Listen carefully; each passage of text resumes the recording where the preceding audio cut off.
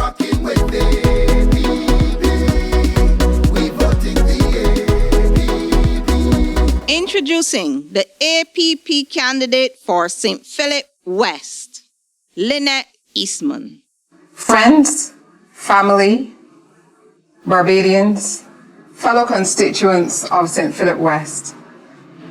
I am here today representing the Alliance Party for Progress. And one of the first matters that I would like to discuss with you is the importance of ensuring that we vote. We must never take that right for granted. It was fought for over many years. And now that we have that right and that privilege, we should not take it for granted. And it is for this reason that I'm asking you, all of you out there, to come out in your numbers. You have a choice in this election. Every election is important, and this one is just as important as any other election. I personally trust Barbadians to always make the right choice. On this occasion, we need to put right what we did in 2018. In 2018, we became so disgusted that we felt that we had to put an end to that government. At this point in time, we need to ensure that in Parliament, we have representatives of not just the traditional parties, but the newer parties that have emerged, such as the Alliance. The Alliance consists of many individuals. Some of them have spent a long time in politics. Some of them are new to the political arena. And it is that mix that we are bringing to you that we believe will be beneficial to the country in an overwhelming way. We have amongst us economists, lawyers. We have persons gifted in information technology and trained in that area. We have health and wellness experts. So ladies and gentlemen, there's no need to worry. I myself have been a member of the Owen Arthur cabinet, along with my colleague, Bishop Atherley.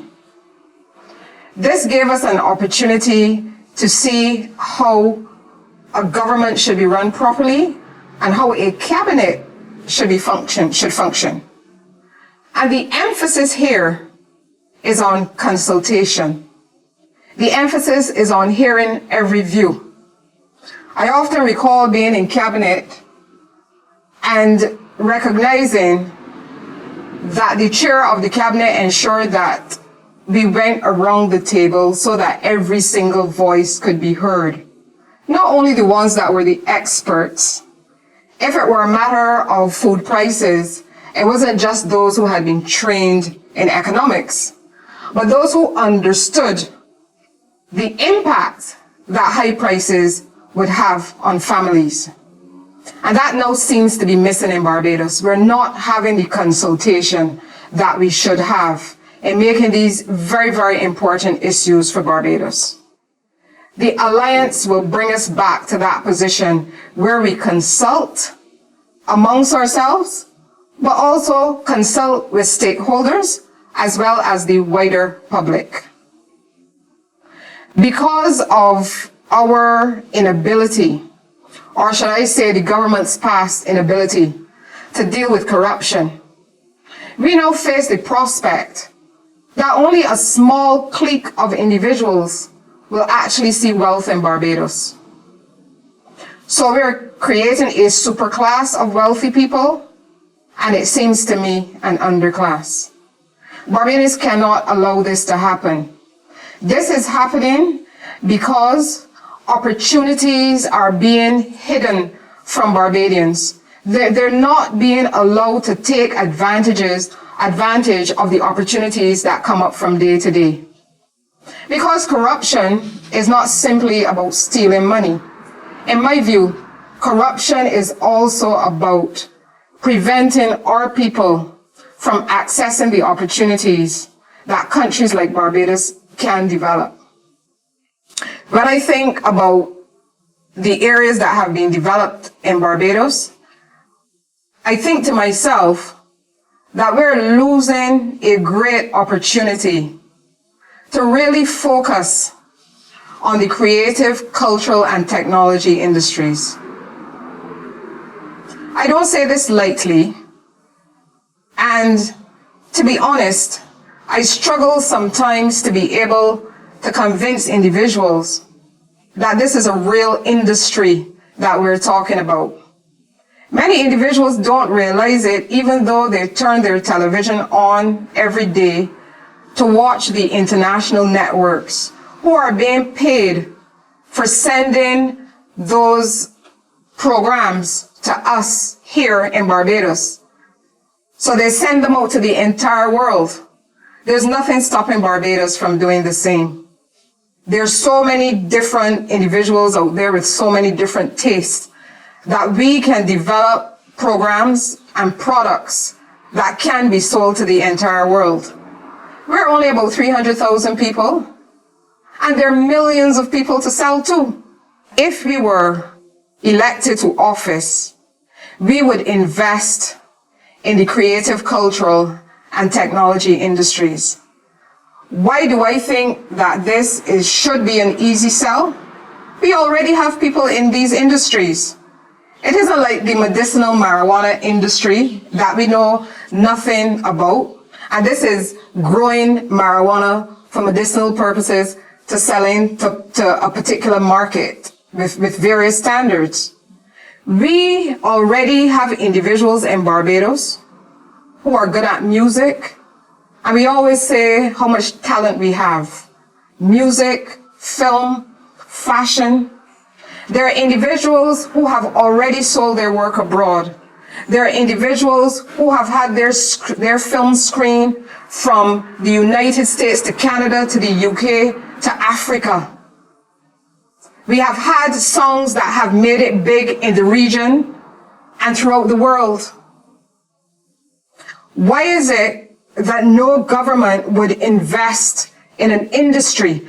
And let me say that an industry is not every independence picking a few people to perform. That's not an industry. An industry is not about calling up a filmmaker and suggesting to them that you can put their film in a slot on television, and quite often for free. That's not an industry. An industry requires structure. We did this already when we built the international business sector. Everybody understood that it had to be structured. There was legislation, specific legislation that was put in place to support it. There was money put to promote it. Individuals were trained. Government invested in promotion and marketing, engaged specific areas within the civil service to make sure that those particular departments supported the export of our international business sector. This is what is required for cultural industries. There are already Barbadians quietly who are working for software development companies. They're here in Barbados and the companies are abroad. So we have the talent here. There are individuals here who are being headhunted by companies abroad to do work. So what would happen if our government took 1% of what is now allocated to tourism to start these industries? We would see a massive difference. A massive difference because the individuals who engage in these industries come from every sector in Barbados, come from every demographic, come from every social background. What would happen if we were able to empower those people through the creative industries, through culture and through technology? It would make a vast difference. for the people of St. Philip West, and I know in that constituency, there are a number of individuals who would be interested in seeing that we build out that part of the economy. And I'm asking you to send me to Parliament so that I can assist in that development. But I also know that a lot of this starts from at the community level. And at the community level, there are a lot of issues that we have. There's a concern about young people. Yes, there is. And there is a need for a specific intervention. Within St. Philip West, we would ensure that you see that troubled period that young people have, where they're transitioning from childhood into adulthood, that needs to be addressed, not by hoping that they will make it, but by developing a specific program to help them to transition with so many of the issues that they have to face. Their body is changing, their mind is changing. As soon as they turn 18, people say to them that you're an adult. When at 17, you were still a child. So magically, you become an adult at 18. You're treated as an adult by the justice system. You're expected to vote. You're expected to take on responsibilities. Should we not have been teaching them about this from the time they were at least teenagers? Or maybe even been after they've done the 11 plus at 12? It actually makes no sense. And in other cultures, they do have a system for transition, but we have lost ours, so we have to create a new one. We have people in the constituency that are concerned about their businesses. They need to develop their business. They need advice. They need to focus on marketing. They need help with their business plans when they're seeking funding, whether it's from the private sector or whether it's from government. And then we have our retirees and we have our elderly in the society. Because you've retired doesn't mean that you've suddenly lost all of your skills. Our retirees in the community need to be engaged as well. And as far as I can see, they're the ones who would be able to help us with business development and that transition which young people have to make from childhood to adulthood. There are many issues within the constituency of St. Philip West. When I look around, I know that the constituency has been neglected by those that you have put your confidence in before. I'm asking you to give me this opportunity.